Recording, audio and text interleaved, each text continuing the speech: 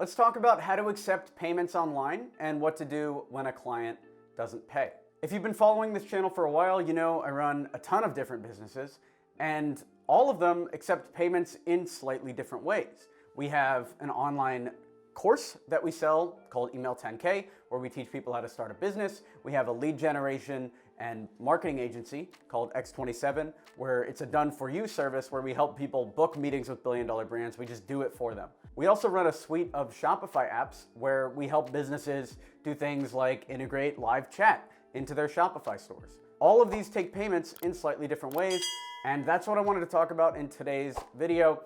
How do you accept payments online? And what do you do if a client doesn't want to pay you? Stick around.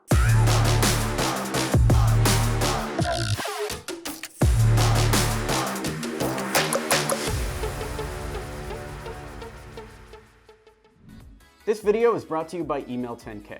Learn how to book meetings with billion-dollar brands and take your company to the next level at email10k.com. So you want to start accepting payments from your clients online. Well, that means you're going to be using credit cards, credit and debit cards. And that is pretty simple. Everyone's got a credit card. So you start offering the ability to pay via credit card on your forms. But what a lot of people did, especially when I was back at the New York agency, what they would do is they would have the client sign a contract, and then we would accept ACH or wire, like these big bank transfers. We would accept checks. And what I found is there's no reason to accept checks. What year is it? If they want to write a check that bad that they can't put it on a credit card or PayPal it, I really don't want to work with them, because where are they going to send the check? Our whole team is totally spread out across the world. I don't like that. A wire transfer is okay, but honestly, if the client's giving you all of this nonsense up front, like they have to pay you in a specific way, they're probably not going to be the best clients to work with.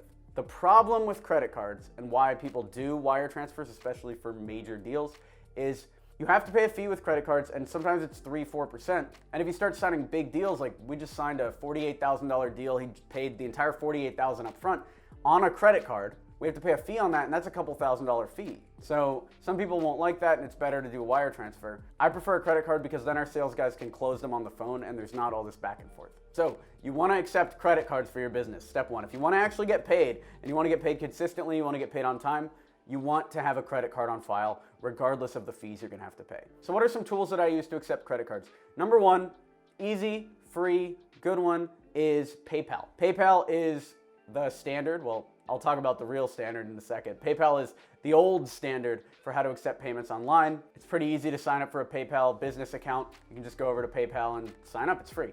PayPal also integrates pretty well with all the platforms we use, ClickFunnels and Teachable and Shopify. PayPal plugs into all of these. Another side benefit is there's a feature of PayPal called PayPal Credit, where your customers can apply for financing through PayPal. So let's say you're charging $4,000 for something, the client doesn't have that right away, but you don't want to offer a payment plan. They can use what's called PayPal Credit, where now they are on a payment plan with PayPal, and you get paid by PayPal the entire $4,000 up front. So that's a good service to use, especially if you are selling a higher value product, several $1,000s, to clients that might not have the money right away. Now, PayPal has all sorts of issues. For instance, people's accounts will just get shut down randomly. There are horror stories online where people have like $150,000, $200,000 chunks of money in PayPal that they just can't get out. PayPal just locks the account, and maybe they'll send you a check for the amount in 6 months, maybe they won't. The money sometimes just disappears. So people aren't really loving PayPal. I personally think it's okay, but what I prefer to use is Stripe. Stripe is the new PayPal. This is the gold standard of payments. Stripe integrates everywhere with everything. You can create a credit card form in Stripe. You can plug it right into your ClickFunnels. You can even create invoices in Stripe. And so that is the gold standard. We use Stripe now at our marketing agency for major deals. We use Stripe to process payments at Email 10K for our business course. And we still use PayPal for Shopify. So those are some easy tools, Stripe or PayPal. Very, very simple. You should not let the ability to take payments stop you from starting a business. You can easily start with PayPal or Stripe. Now let's talk about time frame. How are you supposed to get paid? So for instance, if you're doing design or video editing or you're building a website, any sort of service, do not start work unless you've been paid. I was talking to a consulting client recently, and he was so hyped. He's like, I just signed on this major client. We're building a $1,000 website. Big deal for him to build a $1,000 website. And I was like, oh, awesome. So you're working, he's putting in hours and hours and hours. And so I asked him, hey, how much did you get up front? And he said, none. And I didn't want to tell him, I felt bad. But he's never getting paid for that website. There's no way. So you always want to get at least 50% up front before you start any work at all. That way you know you're going to get paid. And it's good to keep that in mind. If a client wants to negotiate and say, no, man, just start work and then I'll pay you later once you deliver it to me, tell them no. You don't want to work with clients like that. It's better to say no because you most likely wouldn't be getting that money anyway. So just know that, internalize that. It's okay to say no to somebody because they're probably not going to pay you anyway. So get as much money as you can up front, at least 50%. Get enough that you're happy enough to do this work even if they didn't pay the other half. Last thing about the payment structure, you want to make sure that your second payment, if it is 2 payments, they're doing a down payment up front for you to start, put the second payment on a time release. So instead of saying something like, pay me the first half now, and you can pay the second half when work's complete, you could instead say something like, pay me the second half now, and you can pay me the second half when work's complete, or after 4 weeks, whatever comes sooner.